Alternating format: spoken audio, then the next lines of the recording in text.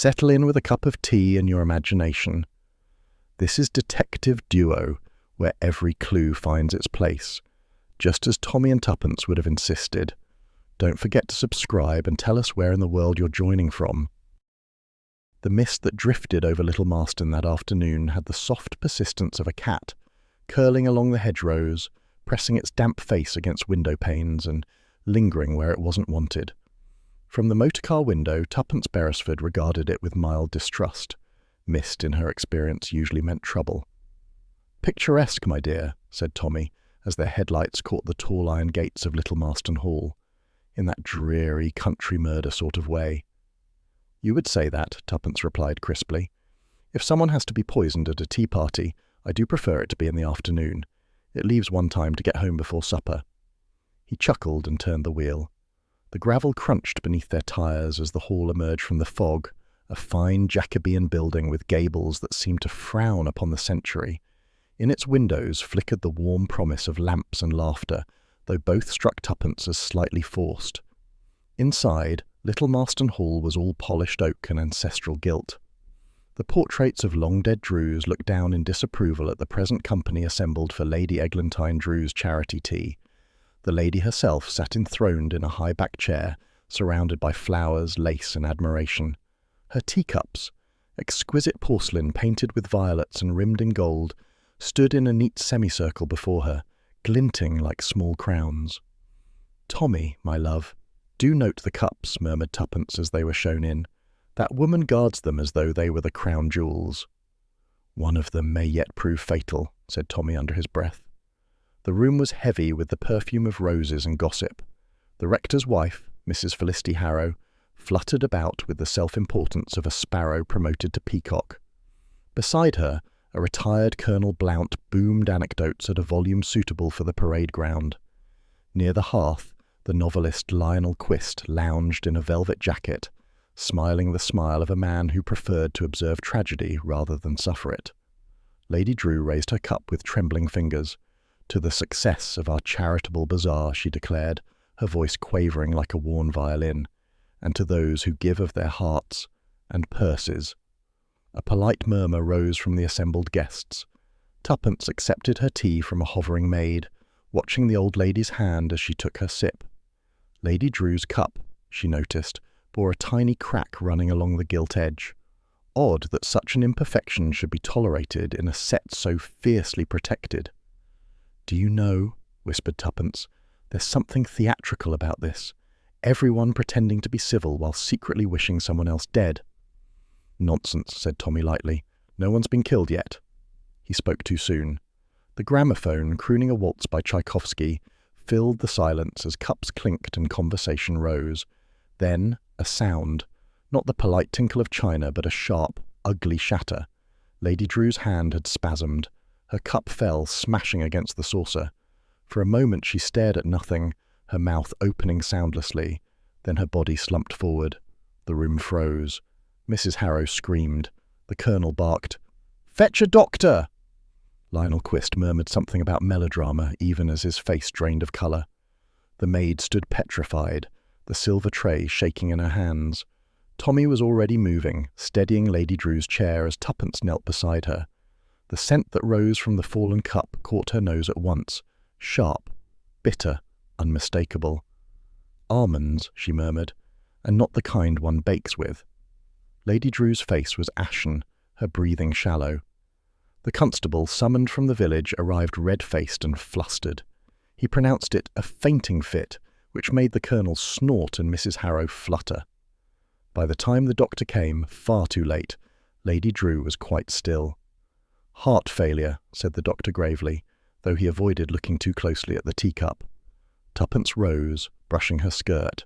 Her sharp eyes had not missed the faint trace of lipstick along the rim, a shade of rose, quite unlike Lady Drew's coral tone. She glanced about. Mrs. Harrow's mouth was painted in just that shade. Yet so too, faintly, was the novelist's cigarette holder, a curious detail. Tommy stood beside her, watching as the constable fussed with his notebook. "Retirement," he said gloomily, "isn't all it's cracked up to be." "Cracked," repeated Tuppence softly. Her eyes drifted toward the broken cup lying among the spilled tea and violets. The tiny fracture gleamed like a wound. Yes, that's the word. When the guests were finally dismissed, the air outside seemed cleaner, though the fog had thickened. They lingered by their car, waiting for the constable to finish his statements. "It's all very neat," Tuppence said, folding her gloves. "Lady Drew dies in public, no clear evidence of anything untoward, and everyone goes home whispering about her poor heart. I don't believe in such coincidences." "You never do," said Tommy. "But poison in a teacup at a charity tea? That's a bit too on the nose, even for you."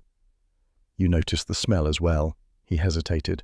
"I noticed you sniffing like a bloodhound. That was enough for me." She smiled faintly. "And you saw Mrs. Harrow, didn't you? Pouring out the tea, so eager, so flustered. Yet somehow Lady Drew ended up with the cracked cup, not the one beside it. Odd." "Accidents happen," Tommy said, lighting a cigarette. The match flared briefly, casting his face into relief. "But I agree. Something's rotten in the teapot." A carriage clattered away down the drive. Through the hall's windows they saw the guests dispersing, shadows moving behind curtains. Tuppence's gaze lingered on one in particular, Lionel Quist, standing alone in the drawing-room doorway, his expression unreadable. "He looked positively delighted," she murmured, "as if death were good copy." "Writers," said Tommy, "always taking notes." "Still," she said thoughtfully, "I can't help feeling that Lady Drew's last waltz had a deliberate rhythm. Someone planned this. And the cup, that particular cup, was never meant to be hers." "Then whose was it?"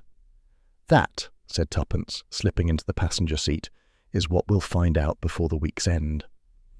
Tommy turned the key. The engine coughed, then settled into a steady purr. As they drove away, the hall faded into the mist, its windows glimmering faintly like watchful eyes.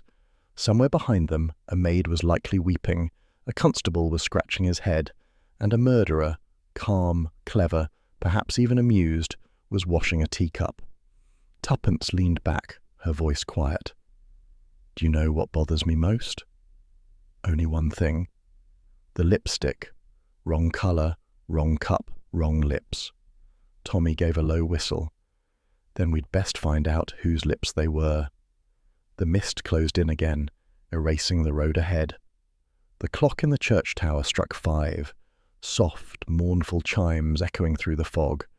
And somewhere, far behind them, the gramophone still played that same waltz, the tune lilting through the corridors of Little Marston Hall, haunting, unfinished, as though waiting for an encore. It was the kind of evening that wrapped itself around the countryside like a damp shawl, soft, grey, and faintly ominous. The lamps of Little Marston Hall flickered against the mist, which had thickened since the afternoon's tragedy. Inside, the drawing-room reeked faintly of tea, perfume, and something sharper, a ghostly trace of almonds that clung to the air like an accusation. Inspector Bligh arrived just before dusk, bringing with him the particular air of authority that lesser men mistake for intelligence. He was tall, ruddy-faced, and so heavily moustached that one felt compelled to address the moustache rather than the man. His boots were polished to a glare, and he carried a notebook with the confidence of someone who rarely used it. "Well, well," he said, sweeping his gaze over the subdued company. "Sad business. Very sad. But not altogether unexpected, I gather. Lady Drew wasn't what you'd call young." "Nor," murmured Tuppence under her breath, "what you'd call dead of natural causes." Tommy gave her a look that combined amusement and warning in equal parts. "Let the man have his moment, old girl." Bligh cleared his throat. "Doctor says heart failure," he announced as if unveiling a masterpiece. "That's that, then. Happens to the best of families. I'll make out a report for the coroner in the morning." "Of course," said Mrs. Harrow quickly. Her face was pale, her hands clasped tightly before her. "It was such a shock, Inspector. She'd seemed quite herself not half an hour earlier." "Indeed," said Tuppence sweetly, "and she'd been in excellent spirits, I thought, right up until the moment she drank her tea." The inspector frowned. "Tea?" "Yes," said Tuppence.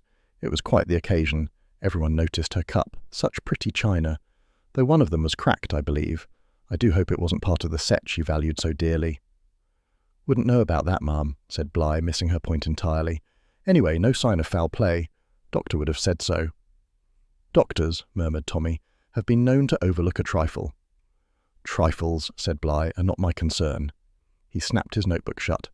Now then, I'll need statements, but nothing formal. You were guests here? Passing acquaintances, said Tommy. We've a knack for stumbling into tragedies. Occupational hazard. The inspector eyed them suspiciously. Oh, are you those amateur sleuths I've heard of? The Beresfords? We do try to live up to the reputation, said Tuppence, though only when professionals leave so many things unexplained. Tommy coughed, but too late. Bligh puffed out his chest. Madam, there's nothing unexplained about a 70-year-old lady dying of heart failure after tea. No, Tuppence said lightly. Only the wrong lipstick on her cup and the smell of cyanide. The inspector's moustache bristled like a cat's tail. Cyanide? Good heavens, where'd you get that notion? From my nose, said Tuppence. It's remarkably observant, even when the eyes are otherwise engaged. Madam, said Bligh, drawing himself up, I will not have laypersons interfering with official matters. If you please, keep your noses, observant or otherwise, out of this. Naturally, said Tommy, all mild reasonableness. We wouldn't dream of overstepping. But if it's all the same to you, Inspector, might we have a quick word with the butler, strictly in the spirit of condolence? Bligh grunted. If you must. But no more of this poison talk. The doctor's satisfied, and so am I. He turned to lecture the constable by the door, leaving the Beresfords momentarily free. Tuppence slipped toward the sideboard, where the fallen cup had been placed on a linen napkin. Its delicate handle was broken, and a thin crack ran down the inner curve. She bent close, running her gloved finger along the fissure. The glaze was rough at the edges, not worn smooth by time, but sharp, freshly made. You see, she whispered as Tommy joined her, that crack is new. It wasn't there this morning, I'd wager. So someone damaged it deliberately. Or replaced it, she said softly. Imagine, one cup among a dozen, all identical but for one flaw. A perfect way to mark a target. Tommy frowned. Mark it for what? Poison, darling. Do keep up. Phooey, he muttered, borrowing Nero Wolfe's favourite expression. There you go again. Next thing you'll say the butler did it. He might have, she said, though I suspect he merely knows who did. The butler, Mr. Sims, was a stooped, silver-haired man with the air of someone who had been in service so long that he'd forgotten how to stand upright. He met them in the hall, his eyes red-rimmed but wary. A dreadful day, sir, ma'am. The mistress was particular in her habits. Particular, repeated Tuppence. Yes, I noticed, especially about her teacups. Sims hesitated. She was very fond of them, madam. Wouldn't have them washed with the rest. Said the maid was too clumsy. How interesting, said Tuppence. So she handled them herself. Usually, yes. But today, well, Mrs. Harrow insisted on assisting. The mistress didn't want to offend her. She was a guest of honour, you see. And you, Mr. Sims? Asked Tommy. Were you in the room when the tea was served? Not at first, sir. I was fetching the cake stand. When I returned, the ladies already had their cups. Then it happened. So quickly. He swallowed hard, eyes darting toward the staircase, as though expecting the ghost of Lady Drew to appear. There's talk in the village, you know, about the will. The will? Said Tuppence. He nodded, lowering his voice. She changed it last week. Said she'd had enough of greedy relatives. But who was to benefit? That she never said. And now, murmured Tuppence, we shall have to wait and see who rejoices most. Tommy thanked him gently, and they took their leave before the inspector could reappear. Later that night, the rain began. Slow at first, then insistent, tapping against the windows of the Beresfords Inn like an impatient visitor. Tuppence sat in bed, robe wrapped tight, notebook open across her knees. A single lamp cast a small circle of gold upon the counterpane. You're supposed to be asleep, Tommy mumbled from the other pillow. I am thinking, she said. You snore too much for sleep to be an option. He groaned. Thinking of what? Tea, she said. And cups. There were 12, remember? Each identical except one, and someone made sure that Lady Drew drank from the cracked one.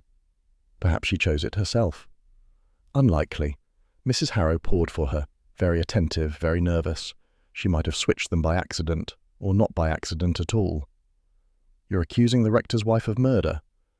I'm observing that she was near the urn, near the cups, and trembling like a leaf.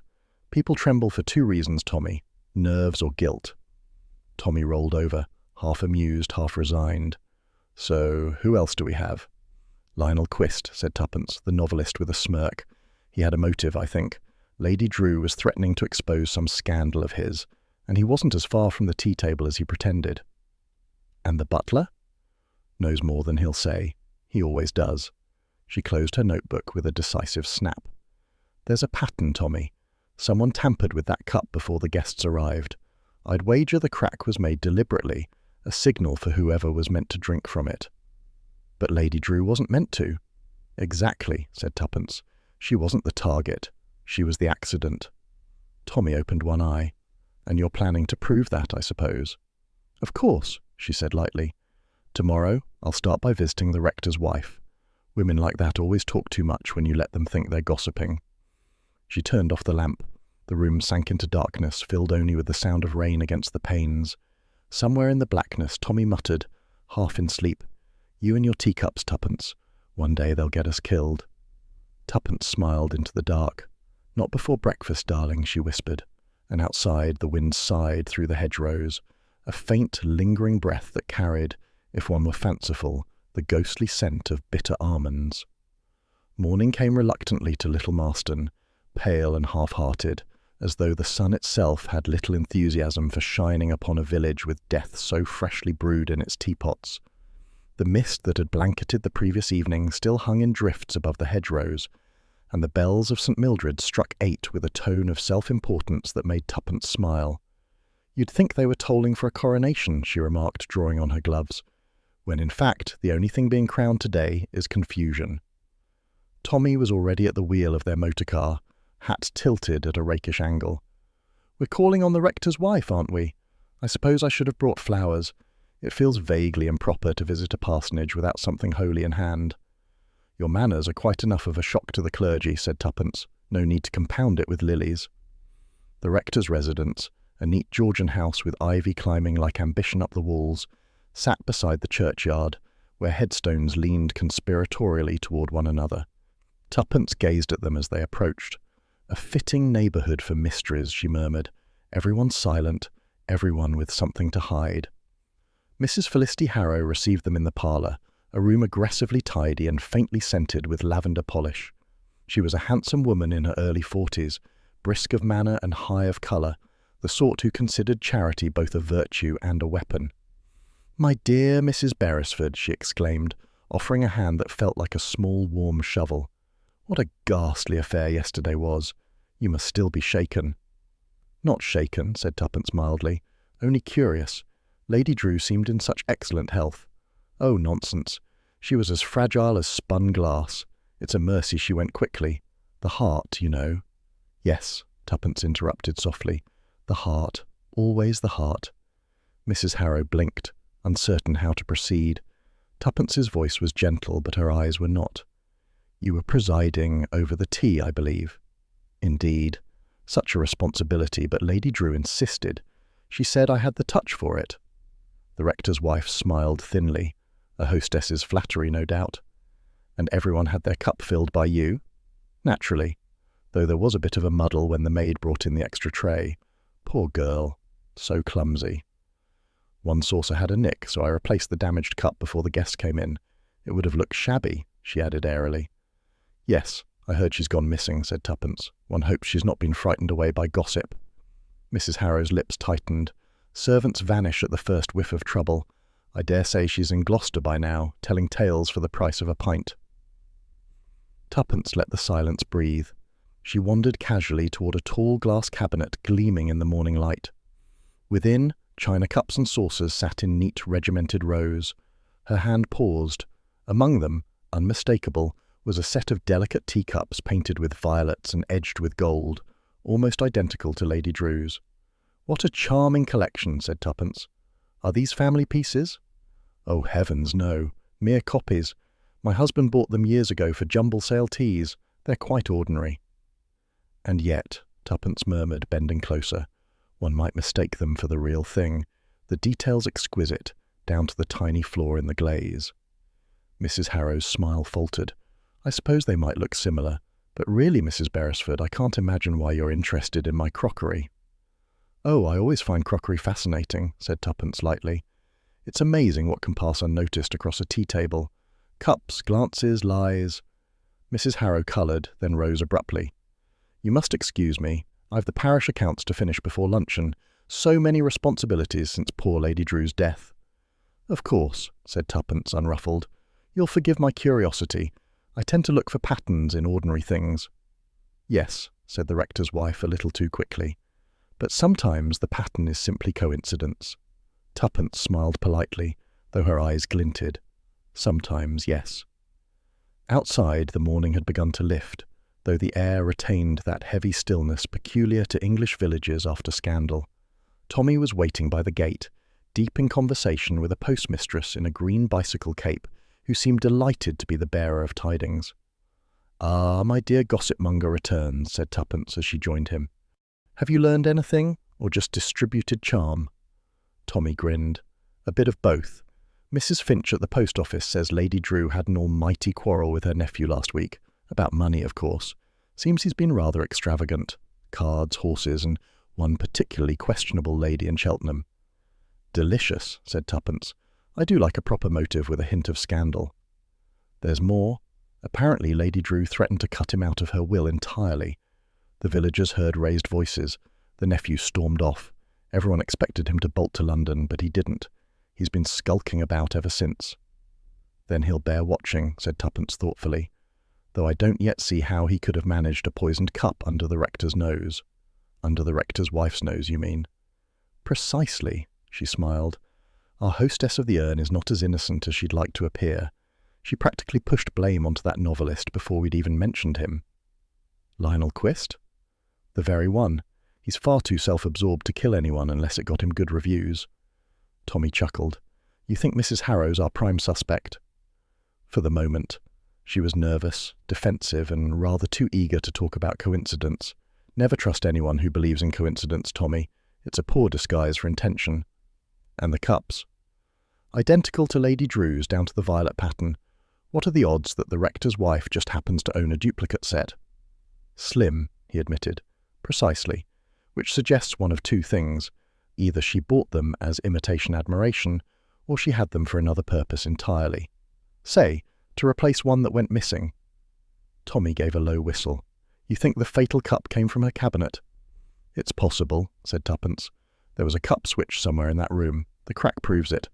I'm beginning to suspect that what Lady Drew drank from wasn't hers at all." They strolled toward the car. The clouds had parted enough for a timid sunbeam to catch on the church spire, making the weathered cross gleam like something newly minted. Behind them, the rector's curtains stirred slightly, just enough for a figure to be glimpsed watching through the lace. "She's spying," murmured Tuppence, not turning her head. "I can feel it. There's nothing so dangerous as a widow who likes to watch." "Widow," said Tommy. "Her husband's still alive, isn't he?" "Spiritually, perhaps," Tuppence replied, "but I suspect poor Reverend Harrow hasn't had a say in his own home since the day he took holy orders." They lunched at the village inn, a snug place smelling of ale, wood smoke, and damp coats. A coal fire hissed in the grate. As they ate, Tuppence laid out her notes on the tablecloth, using teaspoons to pin them down. "We have," she said briskly, "one dead lady, one missing maid, one cracked cup, one conveniently nervous rector's wife, and one disinherited nephew. Add to that a novelist who lies as a professional habit, and we're beginning to sound like a rather promising mystery novel ourselves." "You're enjoying this," said Tommy. "Naturally. It's much more invigorating than retirement. Besides, it's practically our patriotic duty to meddle." He raised an eyebrow. "You and patriotism are uneasy allies." "So are you and punctuality," she said. "But we manage." At that, the innkeeper appeared with the post, setting down a small pile beside their tea. Among it, an unaddressed envelope, plain, cream, unremarkable. Tuppence frowned. "For us?" "Brought by hand," said the innkeeper. "Left at the desk not 10 minutes ago." Tommy slit it open. Inside was a single sheet, typewritten. "Ask no more questions about the maid. She's safe, for now. But some cups are better left unwashed." The signature line was blank. Tuppence read it twice, then folded it neatly. "Well," she said, "our teapot runneth over." "Threats now," Tommy sighed. "Always a sure sign we're getting warmer." "Indeed. And my dear, have you noticed something?" What? The phrasing, cups unwashed. Whoever wrote that knows exactly what happened to Lady Drew. She leaned back, eyes narrowing thoughtfully as the firelight flickered across her face. And I intend to find out who, before someone decides to wash another one clean. Outside, the church bell tolled the hour, slow, sonorous, and heavy as guilt. Somewhere beyond the mist, a curtain fell back into place. The road to Lionel Quist's cottage wound through lanes so narrow that even the hedgerows seemed to lean in for gossip. By the following afternoon, that odd golden hour when the Cotswold stones glow like honey and the world appears too peaceful to harbour secrets, Tuppence, however, had long since stopped trusting appearances. "He's a novelist," she said as Tommy steered the car down a bend, "which means he lies for a living. But the question is, has he lied for murder?" "And we're visiting to ask politely, I suppose," Tommy replied, "because nothing puts a man at ease quite like being interrogated before tea." "We shall be charming," she said. "Charm disarms. Murderers hate being made to feel dull." The cottage came into view, a low, ivy-clad house with a sagging thatch roof and roses that looked as though they'd rather grow somewhere less literary. Smoke drifted lazily from the chimney. In the small front garden, an upturned bicycle leaned against the gatepost, its tyres still faintly damp from use. Tuppence's eyes narrowed. "So he has been cycling," she murmured. "Perhaps for the exercise," said Tommy. "Perhaps for an alibi," said Tuppence. "Let's see which." Lionel Quist answered the door with the sort of expression that belonged to a man woken from a sulk. His hair was rumpled, his dressing gown loosely belted, and the unmistakable aroma of whiskey preceded him. "Ah, the Beresfords," he drawled. "The amateur detectives. How deliciously inevitable." "We prefer occasional professional," said Tuppence pleasantly. "May we come in?" He hesitated, then stepped aside with theatrical resignation. The cottage was dim and cluttered, books piled in precarious towers, papers strewn across the furniture, and half-filled glasses on every available surface. A small dog snored under the writing desk, dreaming perhaps of better company. "Excuse the chaos," said Quist. "Creative environments seldom resemble morgues, until the critics arrive, of course." "How apt," murmured Tuppence. "We're here about Lady Drew." Quist gave a brittle laugh. "A tragic loss, no doubt, though I can't say she'll be missed by her creditors, or her dinner guests." "You knew her well?" "As well as anyone knows a woman who spoke mostly in donations. She enjoyed being important. I enjoyed letting her think she was." "You quarrelled with her recently," said Tuppence, examining a row of framed book jackets on the wall. "Over plagiarism." He stiffened slightly. "Who told you that?" "The village," said Tommy. "And the village, I'm afraid, is more efficient than Scotland Yard." Quist's mouth twisted. "Yes, well, Lady Drew accused me of borrowing material for my last novel from her dinner-table chatter, as though she owned gossip. I reminded her that everyone steals stories. Some of us simply do it better." "She threatened to expose you, didn't she?" said Tuppence, her tone mild. "Oh, she threatened everything. Lawsuits, disinheritance, damnation. I've long ceased to take old ladies seriously." "You weren't at the hall during the tea?" "I was writing," he said too quickly. "All afternoon. You may ask my neighbour, Mrs. Dent. She heard my typewriter. I was working on a murder scene, ironically enough." Tuppence let a delicate pause bloom in the air. "Your neighbour already mentioned she saw you cycling toward the hall around 4. For the first time, Lionel Quist's eyes betrayed a flicker of panic before hardening into amusement. "Then she must have seen my ghost. I didn't leave this cottage. I wouldn't pedal 3 miles for Lady Drew if she promised to die at my feet." "Strange," said Tuppence, "because your bicycle looks rather damp." He glanced toward the garden, then laughed, a short, unpleasant sound. "The dew, or the dog. I can't be expected to account for the weather." Tommy, who had been wandering toward the desk, pointed to an object half hidden beneath a stack of manuscripts. "You're a collector of fine china, Mr. Quist?" There, serving ignobly as a penholder, was a delicate teacup painted with violets and edged in gold, unmistakably from Lady Drew's set. "Oh," said Quist lightly. "That. A little souvenir. She broke one once at a reading, and I rescued the orphan. Sentimental, really." Tuppence crossed to it and lifted the cup gently. "Curious. This pattern is supposed to be unique to the Drew family. I've only ever seen it at the hall." "And now," said Quist, You've seen it here. Consider your education broadened. She tilted the cup toward the light. Inside, faintly visible, was a brownish ring, a dried stain at the base. Tea leaves, she murmured. Odd, for something you said you use for pens. He smiled thinly. Perhaps I once drank from it. Not every relic is sacred. No, said Tuppence, but some are incriminating. The silence that followed was taut enough to hum. Tommy broke it with his best impression of affable indifference. You'll forgive us for intruding, Mr. Quist, but we're assisting Inspector Bligh in tying up the loose ends. Loose ends, repeated Quist with a cynical smirk. The only thing Bligh ever tied was his shoelaces, but by all means, sniff about. You'll find I'm far too lazy for homicide. They left the cottage to the sound of his typewriter starting up again, a deliberate performance of industry. The sun had dipped lower, painting the fields in streaks of amber and shadow. For a moment, neither spoke. Then Tuppence said, He's lying, of course. Naturally. The only question is about what? That cup is the key, she said. He stole it from the hall there. But why? To keep as a souvenir, as he claims, or because it's evidence? Tommy lit a cigarette. There's something theatrical about him. He enjoys being suspected. It makes him feel like a character in his own novel. Quite so, said Tuppence, but even actors slip when the script turns real. They paused by the gate as a woman with a basket came down the lane. It was Mrs. Dent, the neighbour. Her bicycle was laden with eggs and disapproval. You've been to see Mr. Quist, she said at once. I hope you're not taken in by him. Why should we be? Asked Tuppence. Because he can charm the feathers off a crow, always scribbling away at those books of his, pretending he's too fragile for daylight. But I saw him. I did. Around 3:30, cycling toward the hall. I waved. He ignored me. You're sure it was that day? Certain. I was bringing in the washing before the fog came. My clocks may be slow, but my memory isn't. Thank you, said Tuppence warmly. That helps enormously. Mrs. Dent sniffed. I hope you'll tell the police, but don't expect them to listen. They've been saying heart failure since breakfast.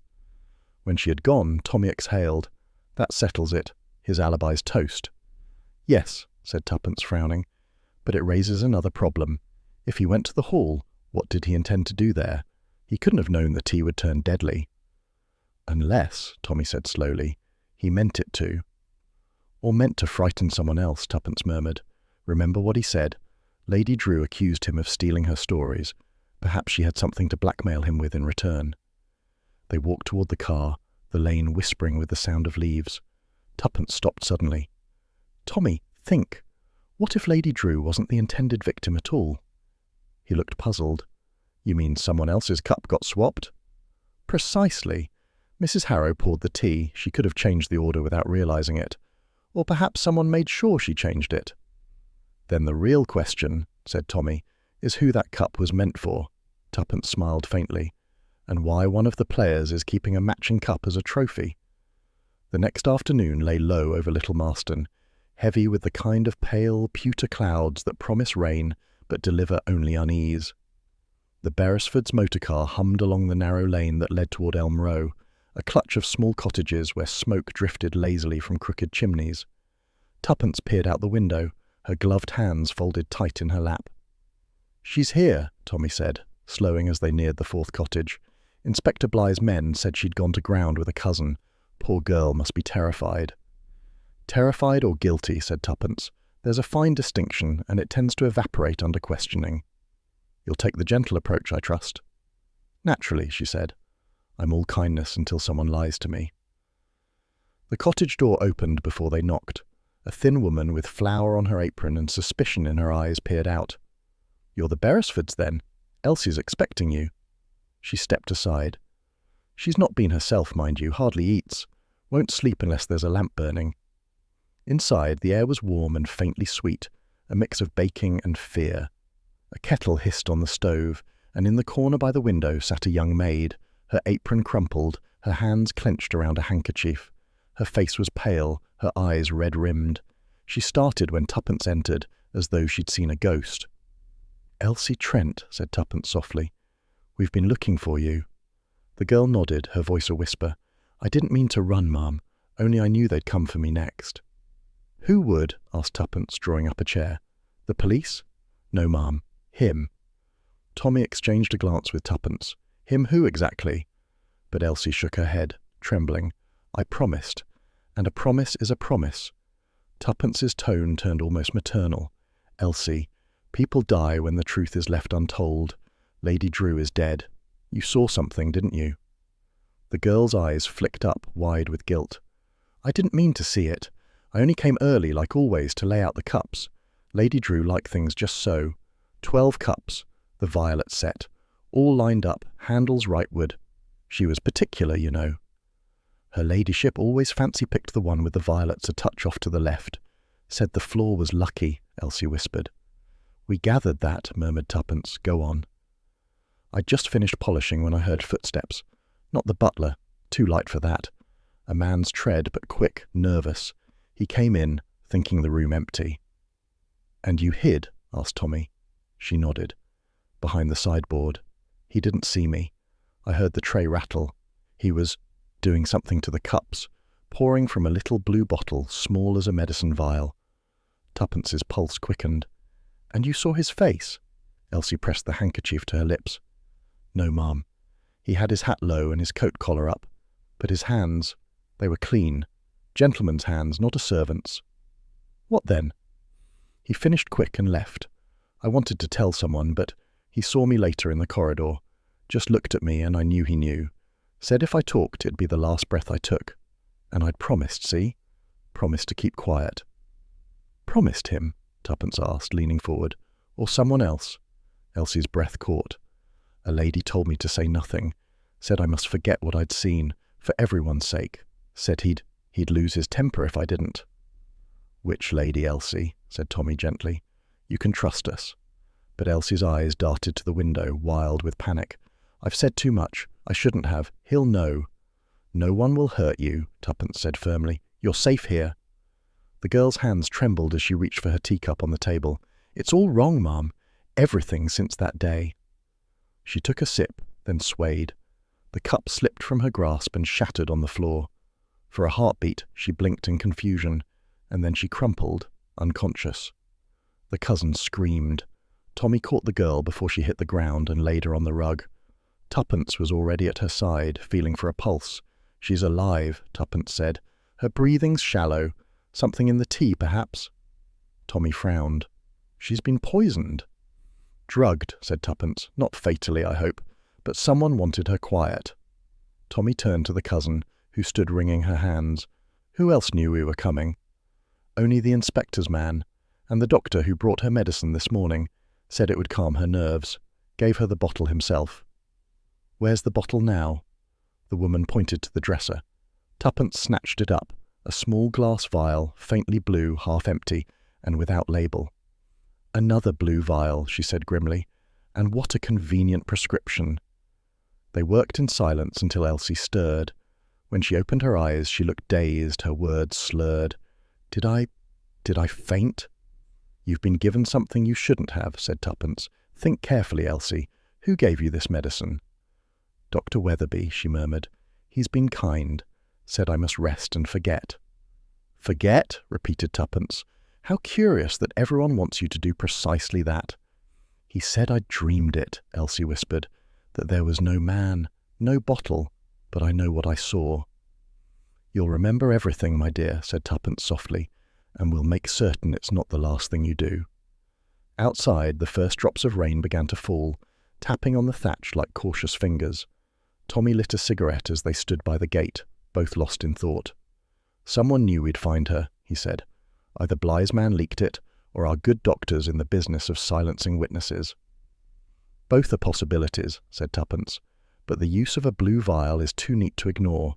The same colour, the same method, cyanide for one woman, sedative for another. Whoever's orchestrating this enjoys consistency. And that line about a gentleman's temper. A telling phrase, she said. Lady Drew's circle included 2 gentlemen of temper, her nephew and Mr. Quist. The nephew for gambling debts, Quist for wounded vanity, and one of them had clean hands and a blue vial. We could ask the doctor about that vial, said Tommy. We could, she agreed, but let's not tip our hand. I'd rather see where his prescriptions lead us first. They drove back toward the village, the road slick with rain. The car lamps threw brief flashes of silver across the hedgerows, turning puddles into mirrors. Tuppence stared out at the darkness, her mind turning. Someone's playing a dangerous game, Tommy. Poison and fear, both tidy weapons. But there's something more subtle here. Loyalty. Elsie protected someone she liked, even while terrified. The lady she mentioned, Mrs. Harrow. It fits, said Tuppence, a woman of position, desperate to hide a man's wrongdoing. The question is, which man? Her husband or someone she's rather too fond of? Tommy gave a low whistle. You think there's an affair behind all this? There's always an affair, she said dryly. Motive, manipulation, or both.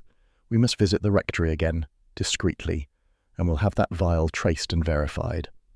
That night, as the rain drummed softly on the inn's window panes, Tuppence sat awake by the fire, notebook open, the little blue vial glinting beside her cup of cocoa. Tommy, drowsing in the armchair, stirred. You're meant to be asleep, he muttered. Sleep is for people who aren't being outwitted, she said. Elsie was meant to tell us just enough, and then forget. But whoever arranged that didn't count on us arriving before the dose worked. Lucky for her, said Tommy. Perhaps, said Tuppence, though I suspect luck's running out in Little Marston. First Lady Drew, now the maid. Someone's cleaning house. And the gentleman with the temper? Tuppence gazed into the fire, her voice low. Still in the shadows, Tommy, but we'll draw him out, one cup at a time. Outside, thunder rumbled distantly over the hills, and the village slept on, unaware that somewhere among its polite facades and lace curtains, a killer was tidying up the past. Rain slicked the long gravel drive of Little Marston Hall, as though nature herself disapproved of gatherings held for greed. The Beresfords' motor car came to a halt beside a row of others, sombre vehicles like black beetles crouched in the drizzle. Above, the windows of the great house glowed faintly, their light blurred by rain. A will reading in a storm, said Tuppence, gathering her umbrella. How perfectly in character for Lady Drew. She did love a touch of drama. And we're the audience, Tommy murmured, stepping out into the wet. All that's missing is a clap of thunder when the lawyer reveals the twist. Hush, said Tuppence. You'll tempt the weather. Inside, the atmosphere matched the rain, heavy, expectant, and faintly sour. The oak-panelled drawing-room had been stripped of its finery, flowers gone, silver polished, chairs arranged in a grim semicircle around the hearth. The scent of candle wax and damp wool filled the air. Present already were the dramatis personae of Lady Drew's final act. Mrs. Harrow, the rector's wife, sat stiffly near the fire, a handkerchief twisted between her fingers. The nephew, Arthur Drew, lounged by the mantel with studied indifference, though his eyes glittered like a gambler watching the last card fall. Colonel Blount, scarlet-faced and snorting, muttered about vulgar spectacles. And in a corner, half-shadowed, Lionel Quist flicked ash into a tray, looking as if he'd rather be at his typewriter. At the head of the room stood Mr. Frobisher, solicitor to the late Lady Drew, a precise silver-haired man with spectacles and the air of one accustomed to unpleasant duty. We are all present, I believe, he said, glancing around. Then let us begin. The rustle of papers, the scrape of a chair, even the fire seemed to hold its breath. Tuppence leaned slightly toward Tommy. Watch their faces, darling. The dead are dull. The living are never so revealing as when they expect money. He gave her a sidelong grin. I'll keep my eyes open, though you're better at spotting tremors than I am. The lawyer began reading, his tone dry and businesslike. The usual formalities, a few bequests to servants, modest sums to charities. The listeners shifted, the rhythm of inheritance predictable and dull, until Frobisher paused. And to my nephew, Arthur Drew, he continued, I leave the sum of £1,000, free of duty, and my father's gold watch, on condition that he learn punctuality. There was a small, scandalized titter. The nephew flushed crimson. The remainder of my estate, Frobisher read, his voice cutting clean through the murmurs. I bequeath to my dear friend, Mrs. Felicity Harrow, wife of the Reverend John Harrow, in gratitude for her loyal friendship and Christian counsel. For a moment, silence.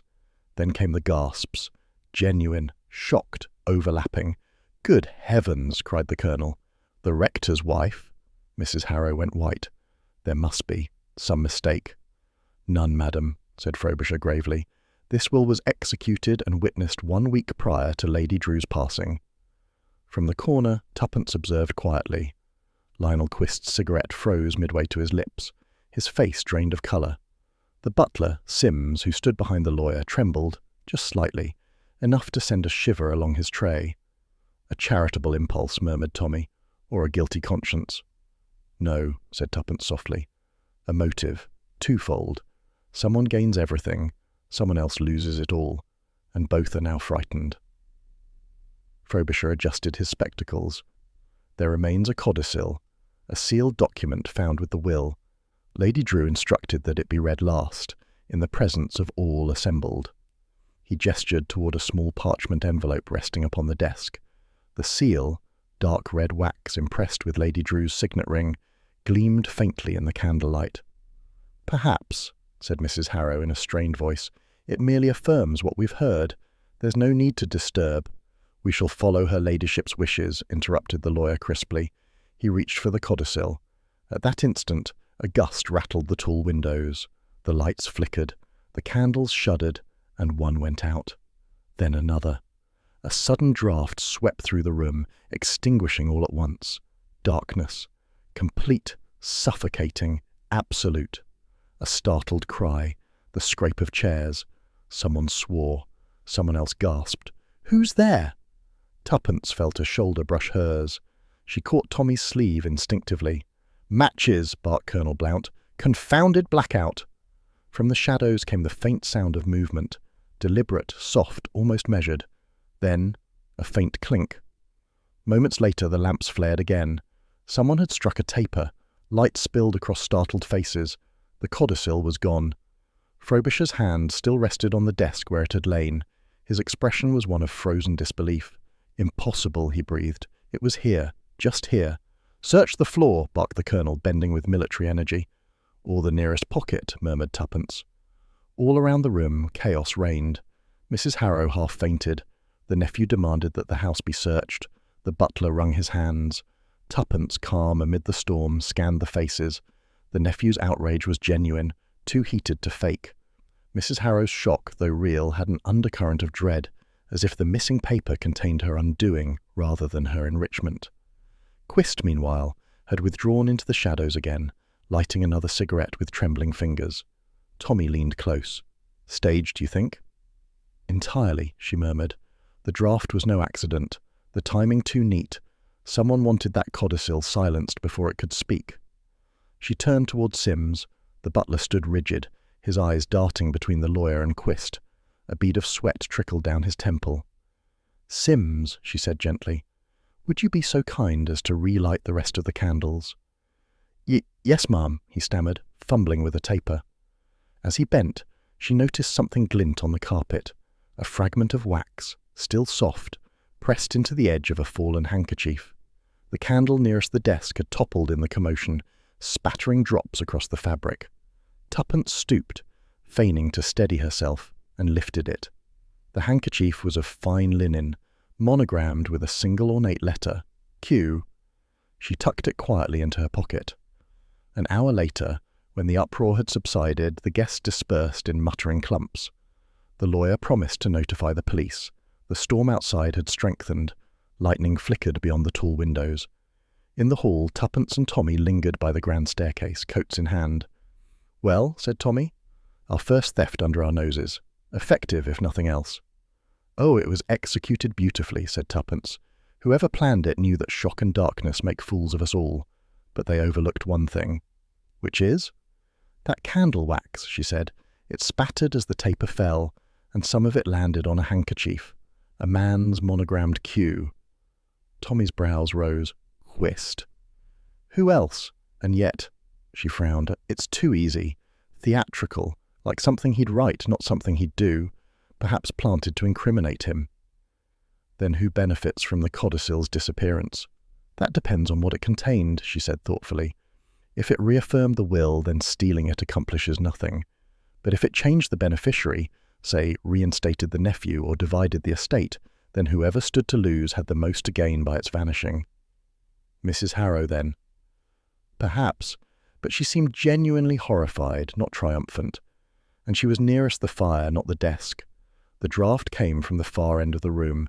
Someone near the door opened it deliberately. "The butler?" Tuppence nodded. He trembled like a leaf throughout the reading. Servants rarely panic unless their consciences are awake. He may have been an accomplice or simply afraid of the truth the codicil contained. They paused as lightning split the sky, illuminating the marble floor in a white glare. "You know," said Tommy, "if this continues, the entire countryside will be gossiping by breakfast. A stolen will, a vanished codicil, they'll have us cast as suspects." "Oh, I do hope so," Tuppence said with a smile. "It's the quickest way to be invited back." Later that night at the inn, she spread the handkerchief on the table between them. The wax spots gleamed faintly in the lamplight, tiny yellow moons against the white linen. "Suppose it is Quist's," said Tommy. "It places him right by the desk." And yet no one saw him move. Too convenient. If he wanted the codicil, he'd have arranged something cleverer, a forged replacement, for instance. This was chaos, not cunning. Then it was meant to look like his doing. Exactly. She folded the handkerchief carefully. A false trail. Someone who wants suspicion to fall on him, perhaps to divert it from themselves. "Mrs. Harrow again?" "Or the butler," said Tuppence. He had access to all and reason to fear exposure. If Lady Drew's will mentioned something about him, some past offence, he might well panic. Tommy lit his pipe. "You do make the world sound tidy, darling. One tidy murder, one tidy theft." "Murderers often are tidy," said Tuppence. "It's what gives them away. Messiness in human nature is innocence." She rose, crossing to the window. Outside, the storm had eased, leaving the garden silvered with rain. Across the fields, the hall loomed faintly visible, its windows dark. "The codicil will surface again," she said softly. "Documents like that always do.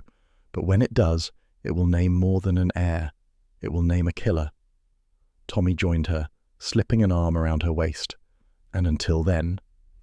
"Until then," she said, watching the last lightning fade, "we follow the wax, and see whose candle truly went out tonight." Evening lay thick upon Little Marston, its mist curling in ghostly ribbons across the hedgerows. With Simms's reluctant consent, Tuppence had brought the cracked cup back to the inn, wrapped in a linen napkin. Inside the snug parlour of the village inn, the Beresford small lamp glowed like a conspirator's candle. Tuppence sat before it with the cracked teacup on the table, her brow furrowed in the quiet intensity of a woman who distrusted both coincidence and men's explanations. The cup looked harmless enough, pale porcelain, gilt-edged, one side fractured in a fine crescent. But as she turned it under the lamplight, its surface gleamed with a faint iridescence. She dipped a brush into vinegar and touched it to the crack. A faint hiss rose, followed by a whiff of bitter almonds. "Wilcox's register will give us the paper trail," she said. "Chemistry for the nose, ink for the noose." "Cyanide," she murmured. Tommy, lounging in the armchair with an unlit cigarette, raised an eyebrow. "I bow to the expert nose, though I'm not sure I like the idea of you sniffing murder implements as a hobby." "It isn't a hobby," said Tuppence. "It's curiosity armed with chemistry. And it confirms what we suspected. This cup wasn't cracked by accident. It was prepared." "Prepared for whom?" She held the cup aloft, its fracture catching the light. "That, my dear, is the question that keeps me awake at night. Whoever poured the tea marked this one out for a specific person. The crack guided the liquid through the glaze, allowing the poison to mingle. Clever, diabolically so." Tommy leaned forward. "Then it wasn't a matter of wrong place, wrong time. Lady Drew wasn't unlucky. She was targeted." "Or she took someone else's place," Tuppence said softly, "which is why we're going back to Little Marston Hall." The rain had stopped by the time they reached the hall, though the drive glistened like black silk. The windows were dark, save for a faint flicker from the drawing-room, the restless glow of a fire badly tended. "The butler's still in residence," said Tuppence. "Lady Drew's body's gone, the guests have scattered, but servants remain. And servants, Tommy, remember everything." "Especially what they'd rather forget," Tommy murmured. They knocked once before entering. The heavy door creaked open as though by habit rather than welcome. Inside, the great hall smelled of extinguished candles and damp stone. Mr. Simms, the butler, appeared from the shadows like a man who had been waiting for something, or someone. His face was pale, his eyes red-rimmed. He clutched a bundle of papers to his chest. "Mr. and Mrs. Beresford," he said in a voice strained thin as parchment. "I didn't expect—" "We never announce our returns," said Tommy lightly. "Less fuss that way." Tuppence smiled. "We were concerned for you, Mr. Sims. Such a dreadful business, and you so loyal to Lady Drew. We wondered if you might answer a few small questions." He hesitated, glancing toward the drawing room. "It's not my place, madam. I've said all I know to the inspector." "Oh, I'm quite sure you did," said Tuppence gently. "But inspectors rarely ask the right questions." Sims wavered, then turned toward the hearth. "It's cold tonight," he muttered. "Come in by the fire." They followed him into the drawing room. The room was changed, stripped of the earlier finery, the tea-table gone, the air heavy with the faint scent of smoke. Tuppence's eyes immediately caught the half-burnt edges of paper among the logs.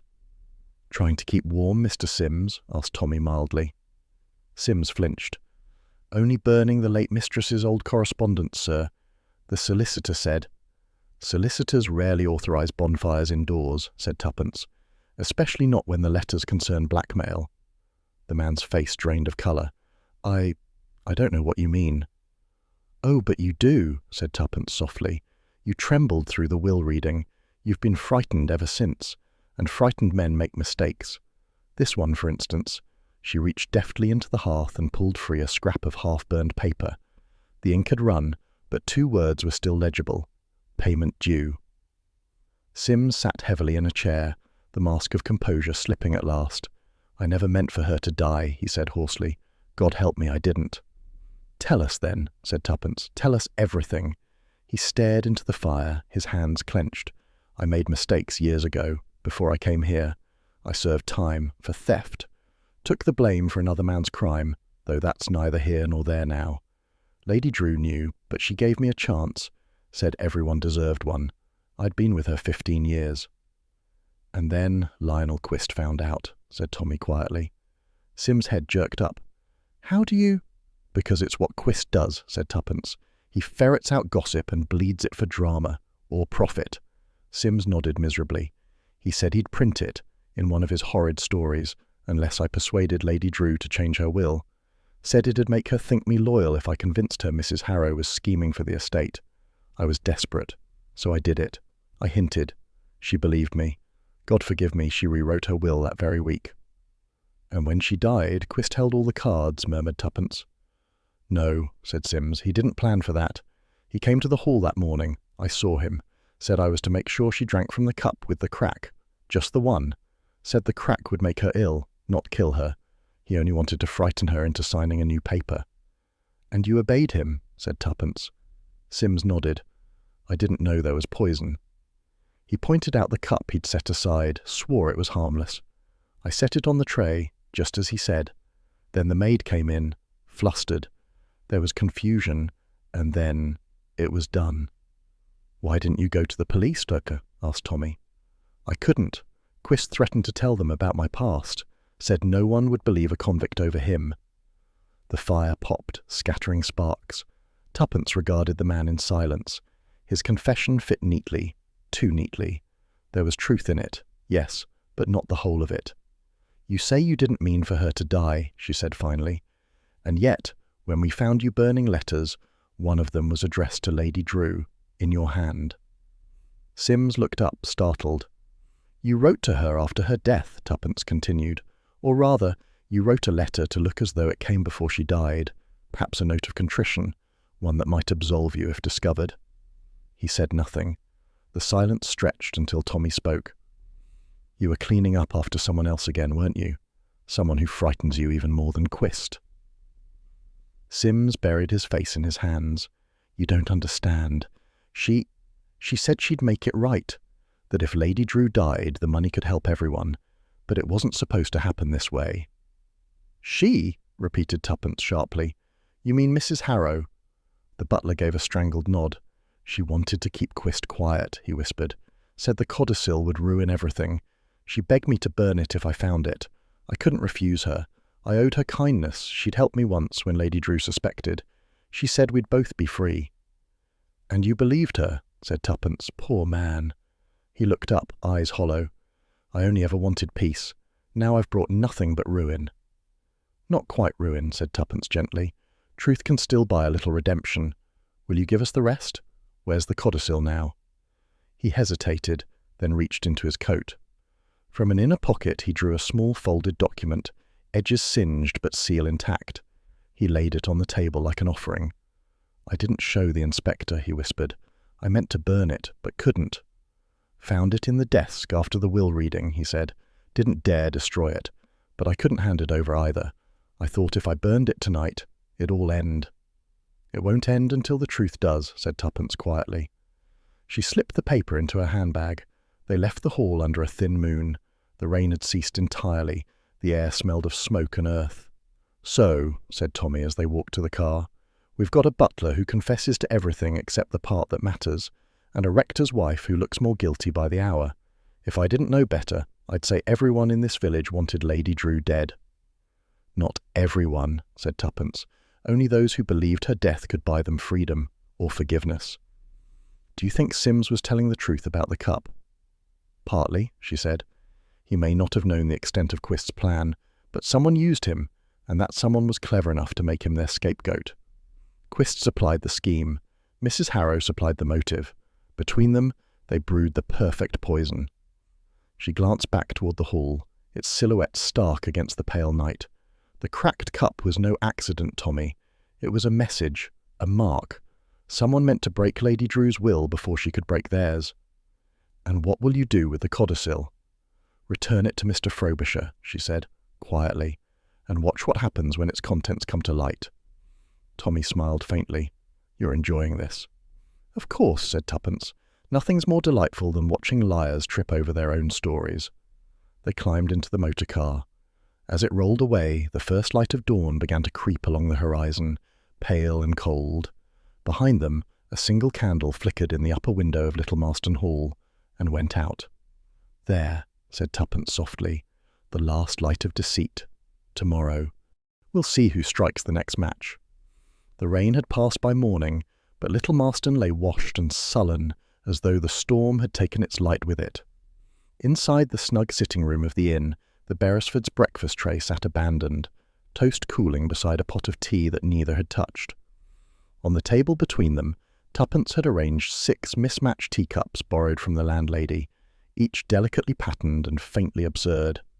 You've gone quite mad, said Tommy, folding the newspaper he hadn't been reading. If Mrs. Wilmot finds you've turned her crockery into a murder laboratory, she'll double the rent.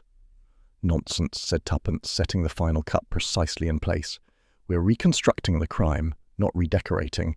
Observation, deduction, demonstration, all terribly scientific. You've forgotten luncheon. It's nearly noon. Tuppence ignored him. Her tone, though light, carried that familiar undercurrent of focus, the tone Tommy knew well enough to obey. He sat back, letting her work. The 6 cups, arranged in a semicircle, gleamed faintly in the lamplight. On a slip of paper beside each, Tuppence had scribbled a name. Lady Drew, Mrs. Harrow, Lionel Quist, Arthur Drew, Colonel Blount, and miscellaneous guest. The original set had 12, she said, half to herself. But we can manage with half the dramatis personae. Lady Drew's fatal cup, the cracked one, was distinctive. But what if the crack wasn't the only mark? You mean someone could identify her cup before it cracked? Tommy asked. Exactly. She lifted one of the cups and pointed to its design, small painted violets circling the rim. Lady Drew's favourite, according to the maid, always had violets slightly off-centre. She said it reminded her of imperfection made beautiful. Sounds rather like you, said Tommy. Flattery will get you as far as the sink, she said briskly. Now, imagine this table at Little Marston Hall. 6 guests seated. The butler brings the tray. Mrs. Harrow presides at the urn. Everything appears normal.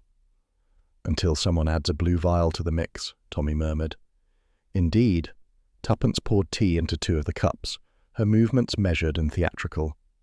One of these cups was poisoned before the tea was poured.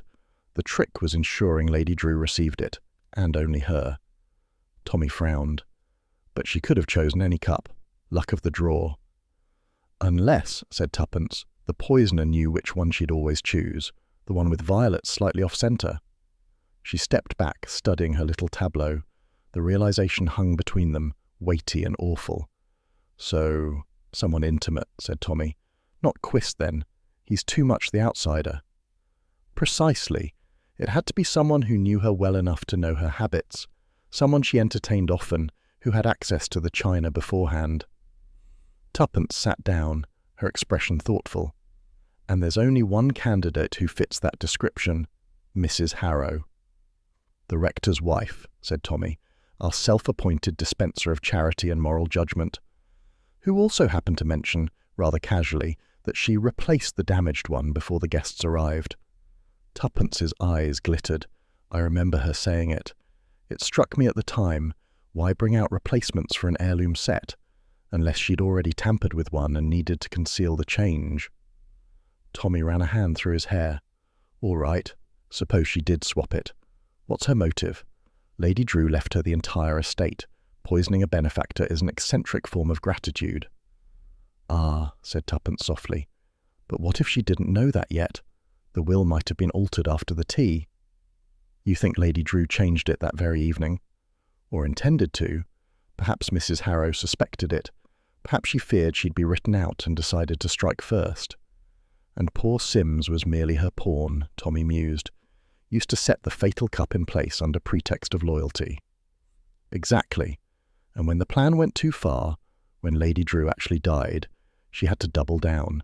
Bribery, blackmail, the missing codicil, all to keep her position intact. There's just one flaw in that theory, said Tommy. Why would she go to such lengths to implicate Lionel Quist? She practically threw him to the wolves at the will reading. Deflection, said Tuppence. She's clever. Quist's reputation makes him the perfect scapegoat. A man who borrows stories might easily borrow murder methods, don't you think? Tommy chuckled. You make it sound like plagiarism with a body count. Most crimes are plagiarism, Tuppence said. Human nature rarely invents. It merely repeats. She rose and crossed to the window. Outside, the drizzle had begun again, fine as dust. Across the village square, Mrs. Harrow herself was walking toward the post office, head held high beneath her umbrella, her pace brisk and purposeful. Even at a distance there was something commanding, almost regal about her bearing. There, said Tuppence, nodding toward the figure, Our Lady of the Parish sending letters, perhaps another anonymous note or a payment for silence. We could follow her, Tommy suggested. Casually, of course, I excel at casual. No, said Tuppence, we mustn't spook her. Fear drives fools to honesty, but it drives clever women to cover their tracks. Let's let her write her letters. I prefer to study her handiwork later. She returned to the table, lifting the teapot and refilling their cups. Real ones this time.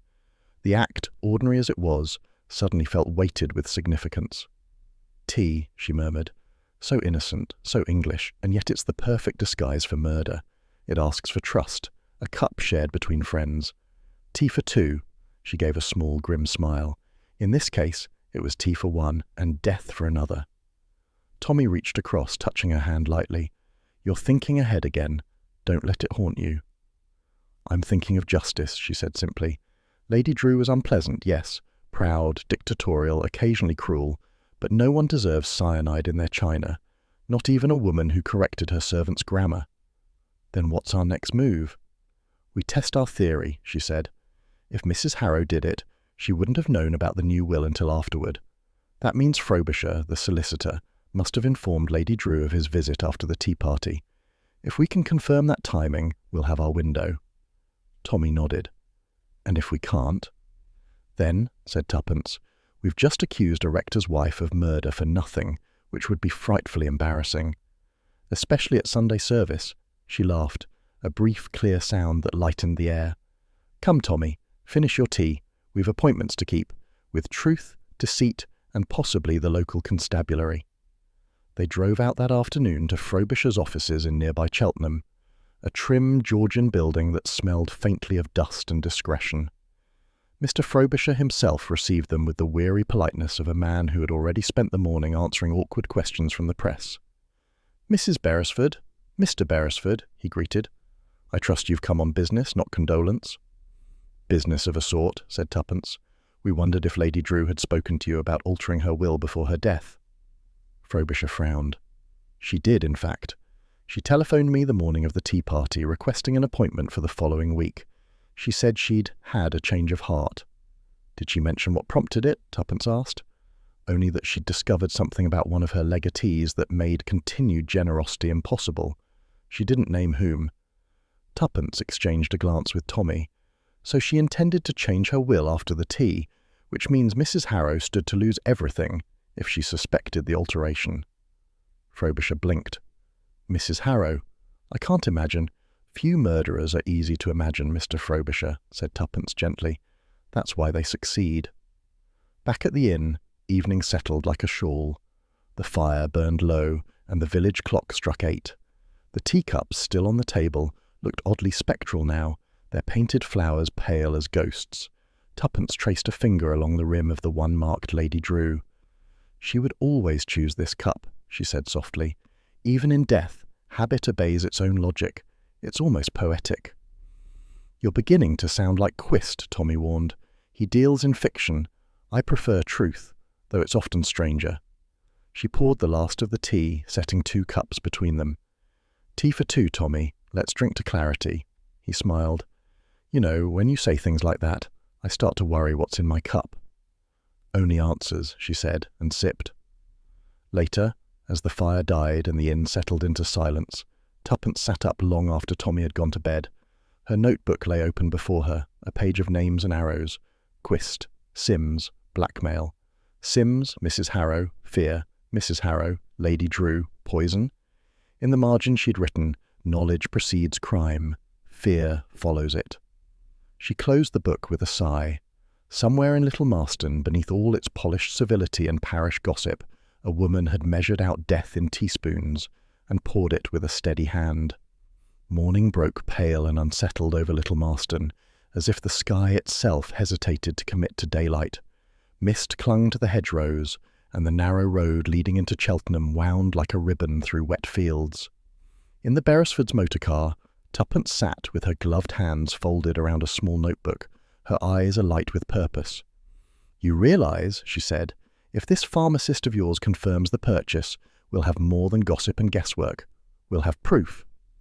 Tommy steered carefully around a bend, squinting through the fog. Proof that Lionel Quist is an idiot, perhaps. If you're going to buy poison, the least you can do is use an alias less obvious than your own initials. Murderers are often vain, said Tuppence. They sign their work, even when they mean to hide it.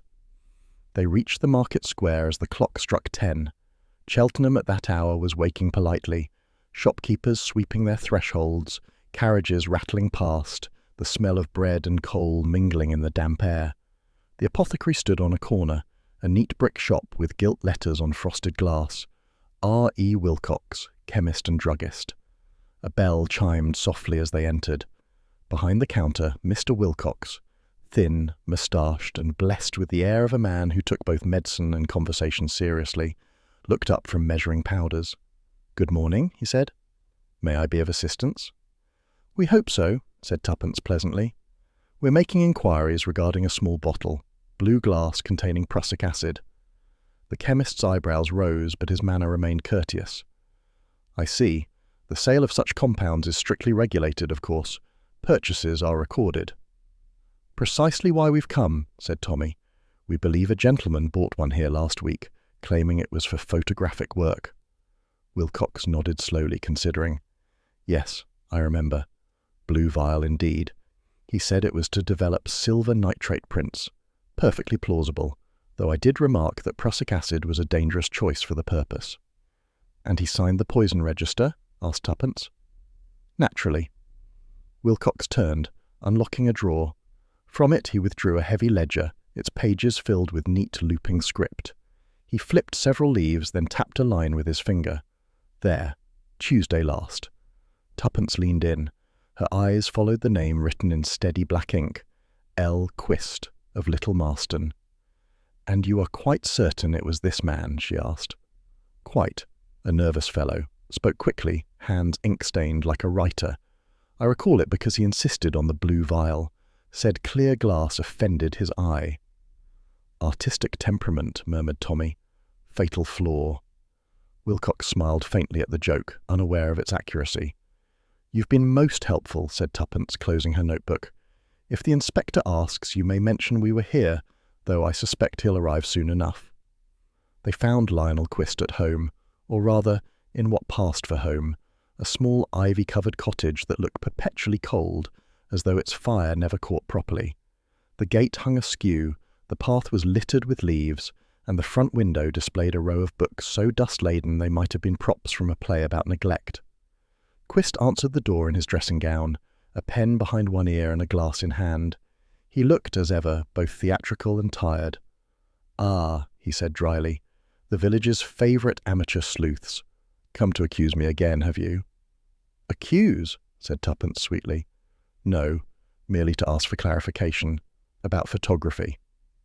"Photography?" His eyes narrowed.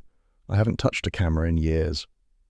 "Curious," said Tommy, producing the folded slip from her notebook, "because a certain Mr. Wilcox in Cheltenham distinctly remembers selling you a vial of prussic acid for precisely that purpose." For a moment, Quist's face remained perfectly composed, a portrait of disdain. Then, almost imperceptibly, his hand trembled. The glass in his grasp gave a faint chime against its rim. "Ridiculous," he said sharply. "Do you take every village rumour as gospel?" "This one's in ink," said Tuppence, "signed in your name. Rather unfortunate, that." Quist set down his glass. "Prussic acid is a common chemical." "And a common poison," said Tommy. "We've just confirmed its scent inside the cracked cup that killed Lady Drew." Quist's expression faltered. He opened his mouth, closed it again, then gave a dry laugh. "You're bluffing." "Am I?" Tommy said lightly. "Funny thing, bluffing. Sometimes it works even when you're telling the truth. Elsie Trent, for instance, she's regained consciousness." That did it. The blood drained from Quist's face. His hand gripped the back of a chair. "She... what?" "Awake," said Tommy cheerfully, "talking, and terribly anxious to unburden her soul. Said something about seeing a gentleman in the drawing-room before the tea." Quist stared at him. The silence stretched thin. "She's lying," he said finally. "She didn't see me. She couldn't have." Tuppence's eyes gleamed. "Oh, but she didn't say it was you, Mr. Quist. You've just told us that yourself." Quist's composure cracked. He turned away, pacing to the window. "You think you've cornered me," he muttered. "You haven't the faintest idea." "Then enlighten us," said Tuppence quietly. He swung round, the desperate energy of a man who has kept a secret too long. "Yes, I bought the acid. I won't deny it. I meant to use it, but not on her." "Not on Lady Drew," said Tommy. "Then who, pray?" "Her nephew," Quist said bitterly. "Arthur, the charming gambler who borrowed money from everyone and repaid none. He'd been blackmailing her. Letters, threats, the lot. I knew. I thought I could frighten him, teach him a lesson. Poetic justice, you might say. A drop in his tea, enough to make him sick, terrified, nothing more." "And yet it was Lady Drew who died," said Tuppence softly. Quist nodded, eyes hollow. "I left the hall before the guests sat down. I'd set the poisoned cup aside, ready for Arthur, the one with the slight chip.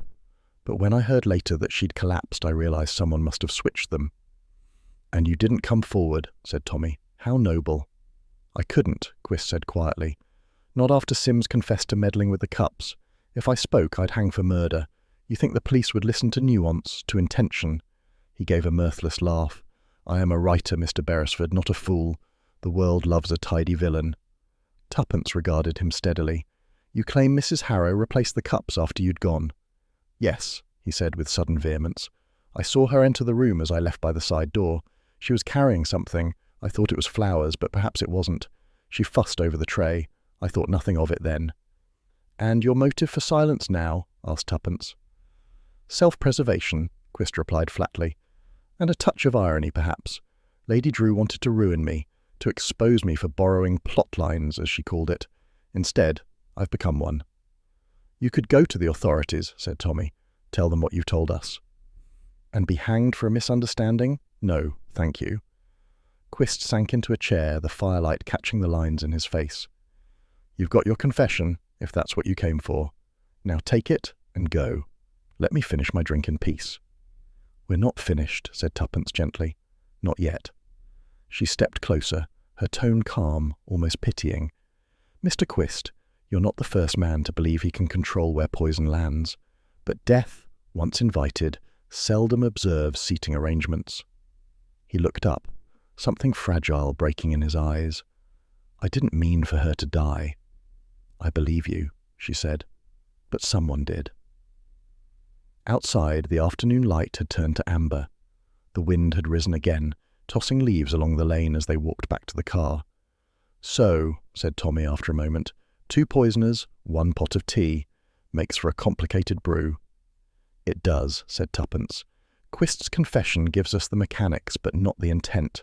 He set the trap for Arthur, but Mrs. Harrow may have re-aimed it." "You think she realised what he'd done and simply redirected it?" "Perhaps. Or perhaps she tampered independently, unaware someone else already had. Either way, Lady Drew's death was a collision of malice and chance." "And yet," Tommy said, "I still can't quite believe the rector's wife capable of murder." Tuppence gave a small, grim smile. "Capability and respectability have never been mutually exclusive, my dear. You should see what polite women are capable of when they're afraid of losing their reputations. You make them sound positively dangerous." "They are," she said softly, "especially when they pour tea." That evening, back at the inn, Tuppence wrote up her notes while Tommy dozed beside the fire. The wind rattled the windows, the innkeeper's cat purred on the hearth. She read over her list. Blue vial, bought by Quist. Quist's target, Arthur Drew. Cup switched, likely by Mrs. Harrow.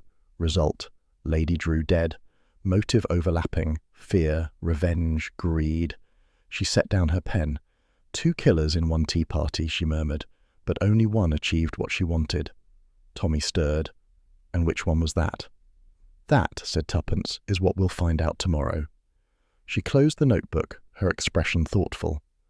Outside, the wind carried the faint toll of the church bell, measured, melancholy, like the echo of a conscience. Somewhere in Little Marston, a woman was likely praying for forgiveness, but as Tuppence knew well, heaven's mercy did not always prevent earthly justice. The wind had died by morning, leaving Little Marston washed clean under a brittle autumn sun.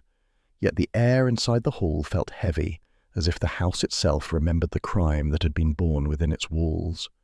The drawing-room, polished, restored, deceptively genteel, awaited its audience like a stage before curtain. Tuppence Beresford stood by the great bay window, the light glancing off her pearl brooch and the silver tray she held. On it sat 6 delicate porcelain teacups, their violet patterns gleaming faintly. To any eye they were identical, except one, upon which the violets strayed ever so slightly off-centre. "There," she murmured, "perfection's imperfection." Tommy, adjusting his tie and looking rather as if he'd been drafted into an amateur dramatics rehearsal, gave her an admiring glance. "You know, you've quite a flair for the theatrical, old girl." "Murder," said Tuppence, "demands performance, and this, my dear Tommy, is the final act." By 2 o'clock, the players had arrived. Inspector Bligh, officious as ever, stood near the mantel, notebook ready though his face betrayed scepticism. Mrs. Felicity Harrow, pale but defiant, took her place in the same chair she had occupied that fatal afternoon, smoothing her gloves as if they might still conceal her nerves. Lionel Quist lounged near the fire, eyes hooded, trying for irony and achieving only exhaustion. Arthur Drew, the nephew, looked both indignant and vaguely frightened. Colonel Blount, red-faced, muttered about damned theatricals, but stayed all the same. The butler Sims stood near the door, wan and hollow-eyed, as though he'd aged 10 years in 10 days. Tuppence surveyed them calmly. "Thank you all for indulging me," she began. Her voice carried, light but firm, across the quiet room. "It seemed fitting, before this house can return to peace, that we should see, quite literally, how death was poured at Lady Drew's table." A faint rustle of unease. Even the inspector cleared his throat. "You mean to repeat the scene?" asked Mrs. Harrow, her tone brittle. "Not repeat, dear lady," said Tuppence. "Reconstruct. Truth, after all, deserves its own ceremony." She began to set out the cups before each seat, her movements deliberate, almost ceremonial. The sunlight caught the gilt rims. They gleamed like tiny halos. "On that afternoon," she said, "Lady Drew hosted a genteel charity tea. Each of you sat as you do now." Mrs. Harrow presided at the urn, pouring with her usual efficiency. Sims, dutiful as ever, brought in the tray, a set of 12 heirloom cups, one of which bore a faint crack along its edge. She paused. That crack, as we now know, hid a deadly secret. Cyanide brushed into its glaze, the poison that ended Lady Drew's life. Colonel Blount harumphed, folding his arms. We've heard all that before. Indeed, said Tuppence pleasantly, but what you haven't heard is why the wrong person died. She turned to Lionel Quist. You, Mr. Quist, purchased the poison, prussic acid, in a blue vial, from a chemist in Cheltenham. You intended it, by your own admission, for Arthur Drew, as a lesson in morality and poetic irony. Quist gave a humourless smile. You make me sound almost admirable. You meant to frighten him, not kill him, said Tuppence, but in playing your game, you set the stage for someone else's tragedy. Her eyes moved to Mrs. Harrow, who sat rigidly, her gloved hands white-knuckled in her lap. You see, Tuppence went on, Mrs. Harrow knew of your visit to Lady Drew that morning. She saw you leave, and she entered the drawing-room after you, just long enough to notice something peculiar. One cup had been set aside. Perhaps she wondered why. Perhaps she suspected you of some mischief. Or perhaps, she said delicately, she'd already been planning mischief of her own. Mrs. Harrow's lips tightened. This is absurd. Is it? Said Tuppence mildly. She gestured to the tray. When Lady Drew's guests arrived, the tray looked perfectly ordinary, but one of those cups had been moved, switched, the one with the slight imperfection, the one Lady Drew always chose. A gesture of control, of familiarity. She always said it reminded her that beauty needn't be perfect. Tuppence leaned over the table, pointing to the off-centre violets. This cup, Mrs. Harrow, is the key to everything. Inspector Bligh scribbled something furiously in his notebook. You're suggesting, he said, that the rector's wife, a lady of spotless reputation, deliberately tampered with the tray. Not for murder, said Tuppence softly. At least not in intent. Mrs. Harrow believed Mr. Quist had arranged some petty cruelty for Arthur Drew, perhaps a scandal, perhaps a prank. She meant to protect her friend Lady Drew, or so she told herself, so she moved the cups, intending to ensure any consequence fell upon the man she distrusted most, Lionel Quist. The novelist's hand twitched on his knee, but he said nothing. Unfortunately, Tuppence continued, Mrs. Harrow's intervention had unforeseen results. By moving the cups, she unwittingly placed the poisoned one precisely where Lady Drew would reach for it, the cup with violets slightly off-centre, the one she loved best. There was a silence so deep the crackle of the fire sounded like a shout. Mrs. Harrow stared at the tray as though the painted violets were staring back. I don't believe this, said Arthur Drew. You're saying two people. Each intended harm, said Tuppence, and each, by attempting to manipulate fate, destroyed it instead. Mr. Quist's poetic justice was intercepted by Mrs. Harrow's sense of moral superiority, a double deceit that killed an innocent woman. She wasn't innocent, muttered Quist.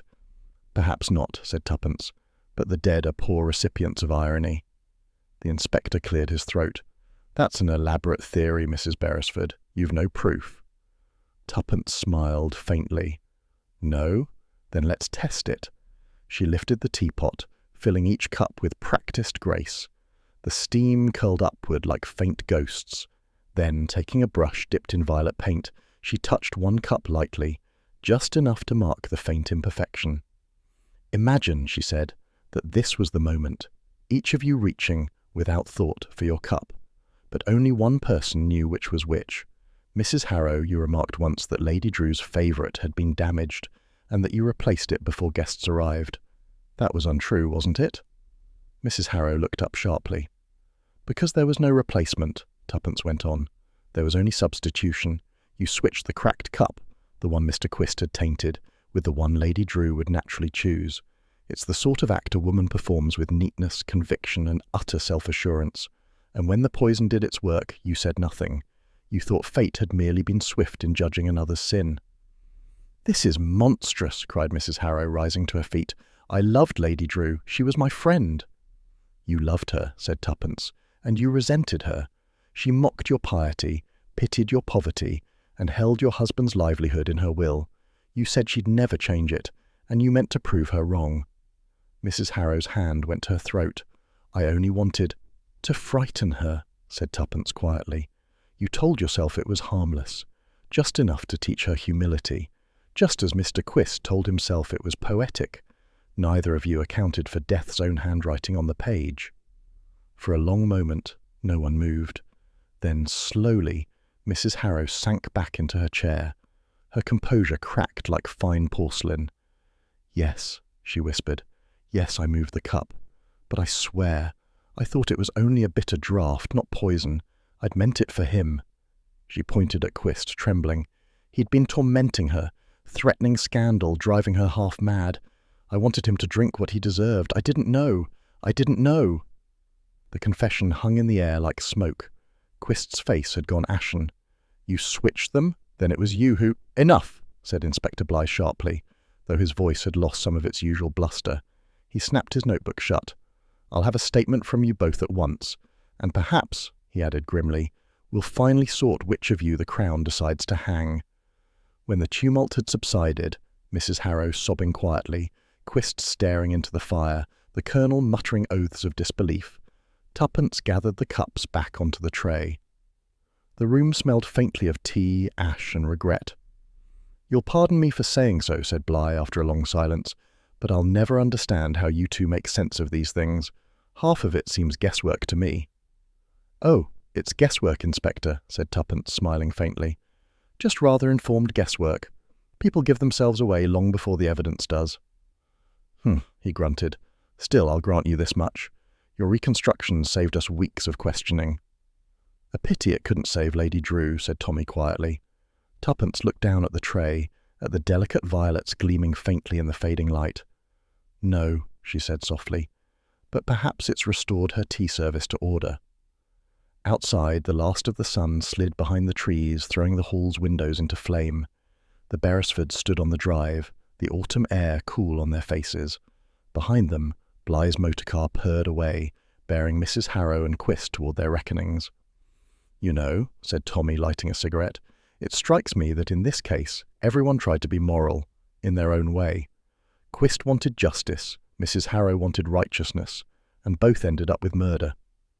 Morality, said Tuppence, is a fine weapon in the wrong hands. Rather like tea, he smiled at that.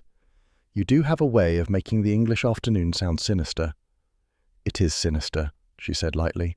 All those smiles and sandwiches, and underneath, envy, fear, and the faint scent of almonds. Tommy exhaled smoke into the cooling air. So ends another domestic tragedy. Yes, said Tuppence, gazing back at the darkening windows, and another reminder that murder and manners seldom mix well. They turned toward their car, walking side by side as the last light faded from the sky, leaving Little Marston Hall to its silence, a house finally emptied of secrets, but never of echoes.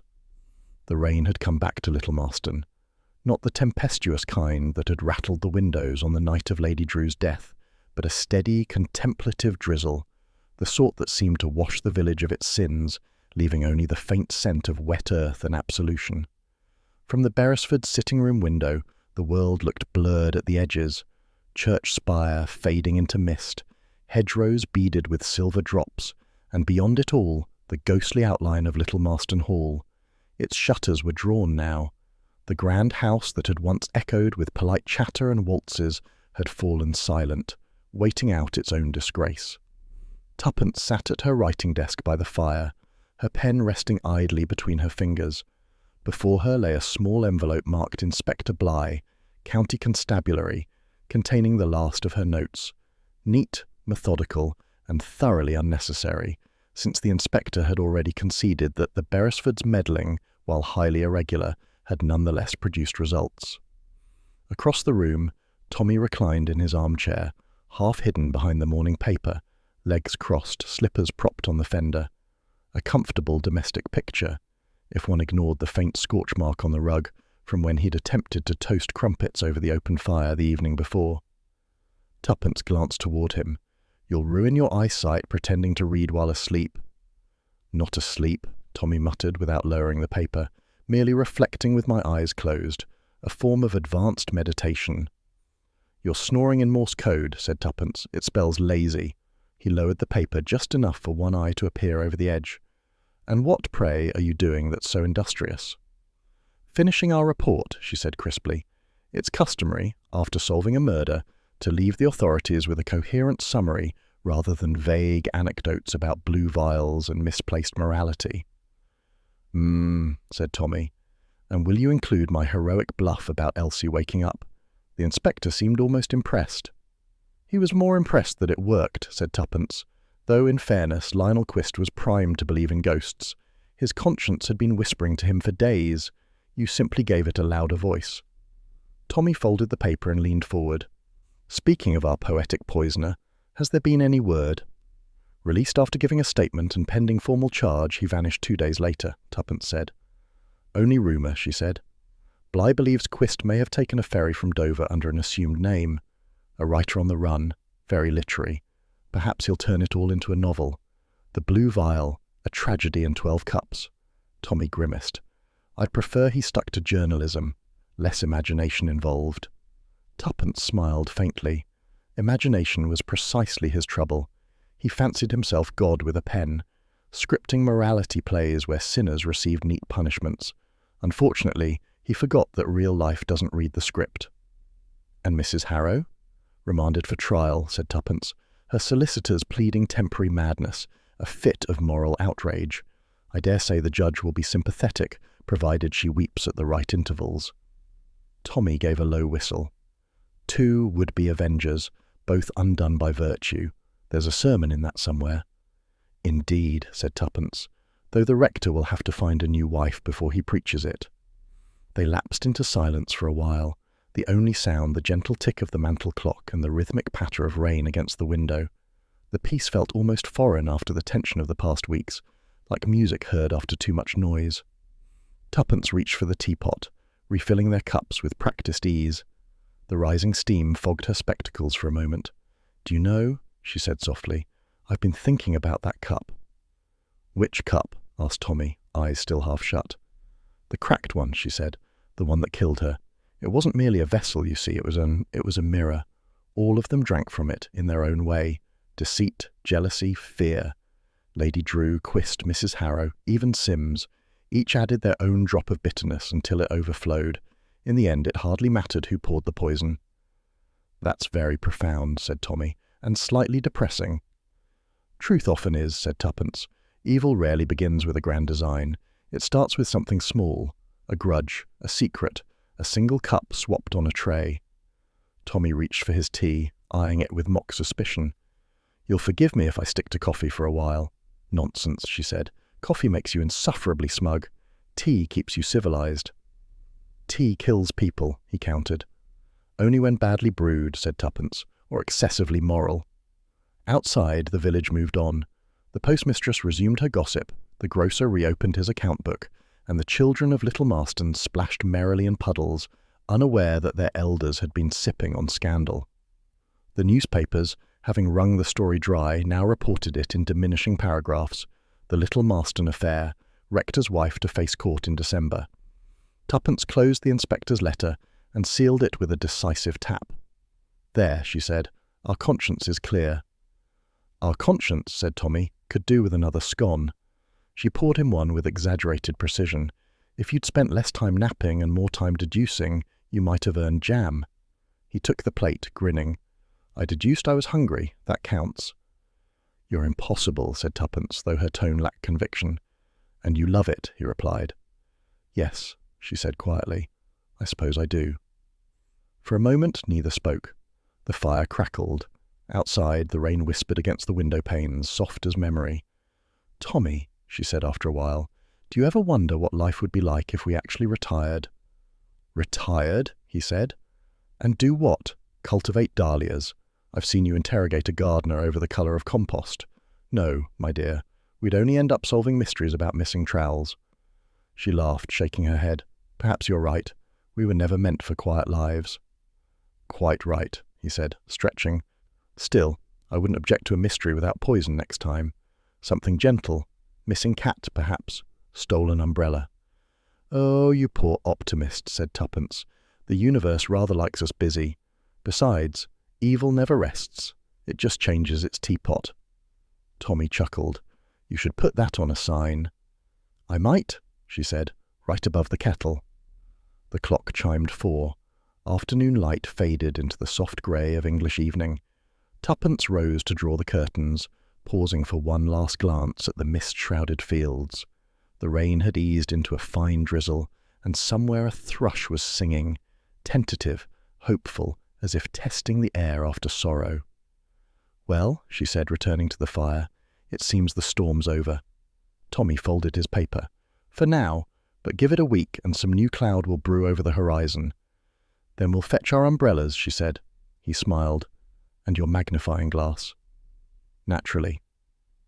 They sat together by the fire, their teacups between them, the room filled with that peculiar warmth that comes not from comfort alone, but from understanding, of human folly, of chance, of the strange, small mercies that follow tragedy.